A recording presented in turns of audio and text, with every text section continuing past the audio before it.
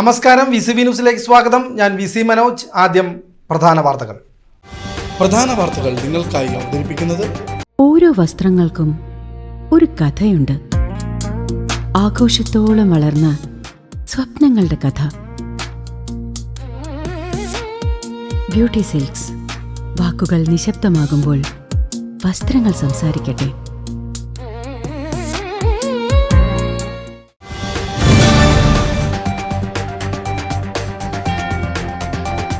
മുണ്ടത്തിക്കോട് വെടിക്കെട്ട് നിർമ്മാണശാലയിലുണ്ടായ സ്ഫോടനത്തിൽ ഹൈക്കോടതി സ്വമേധയാ കേസെടുത്തു. തിരുവമ്പാടി വിഭാഗത്തിന്റെ വെടിക്കെട്ട് സാമഗ്രികൾ ഒരുക്കിക്കൊണ്ടിരുന്ന നിർമ്മാണശാലയിലുണ്ടായ പൊട്ടിത്തെറിയിൽ 17 പേർ കൊല്ലപ്പെടുകയും ഒട്ടേറെ പേർക്ക് പരിക്കേൽക്കുകയും ചെയ്ത സംഭവത്തിലാണ് ചീഫ് ജസ്റ്റിസ് സൗമൻ സെന്നിന്റെ നിർദ്ദേശപ്രകാരം കോടതി ഇടപെടലുണ്ടായത്.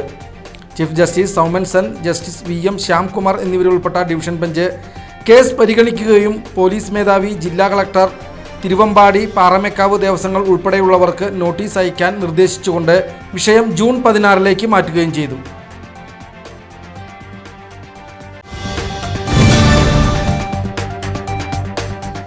കുന്നംകുളം വടക്കാഞ്ചേരി സംസ്ഥാന പാതയിൽ മുട്ടിക്കൽ ഷാപ്പിന് സമീപം ടോറസ് ലോറിയും സ്കൂട്ടറും കൂട്ടിയിടിച്ച് സ്കൂട്ടർ യാത്രികന് ഗുരുതര പരിക്ക്. മങ്ങാട് കോട്ടപ്പുറം സ്വദേശി രാജനാണ് ഗുരുതരമായി പരിക്കേറ്റത്.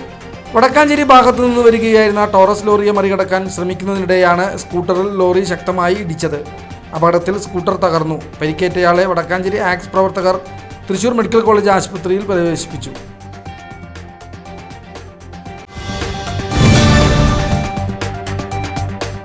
വേലൂർ തയ്യൂരിൽ റോഡ് പണിയുടെ ഭാഗമായി നിർമ്മിച്ച നീർച്ചാലിന്റെ കരിങ്കൽ ഭിത്തി ആദ്യ കനത്ത മഴയിൽ തന്നെ തകർന്നു വീണത് നിർമ്മാണത്തിലെ അപാകത മൂലമാണെന്ന് ആരോപിച്ച് ജനങ്ങൾ രംഗത്തെത്തി.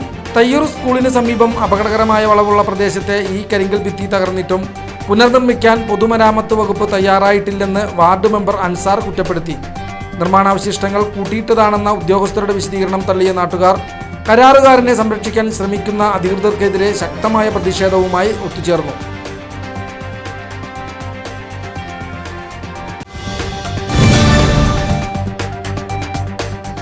തൃശൂർ, പാലക്കാട് ജില്ലകളെ ബന്ധിപ്പിച്ച് ഭാരതപ്പുഴയ്ക്ക് കുറുകെ നിർമ്മിക്കുന്ന റെയിൽവേയുടെ 3ാം പാലത്തിന്റെ പണികൾ കനത്ത കാലവർഷത്തിന് മുൻപായി പൂർത്തിയാക്കാനുള്ള ശ്രമങ്ങൾ അതിവേഗം പുരോഗമിക്കുന്നു. നിലവിൽ 11ാമത്തെ തൂണിന്റെ നിർമ്മാണം നടക്കുന്ന പാലത്തിനായി ബീഹാറിൽ നിന്നുള്ള അത്യാധുനിക യന്ത്രസാമഗ്രികളാണ് ചെറുതുരുത്തിയിൽ എത്തിച്ചിട്ടുള്ളത്.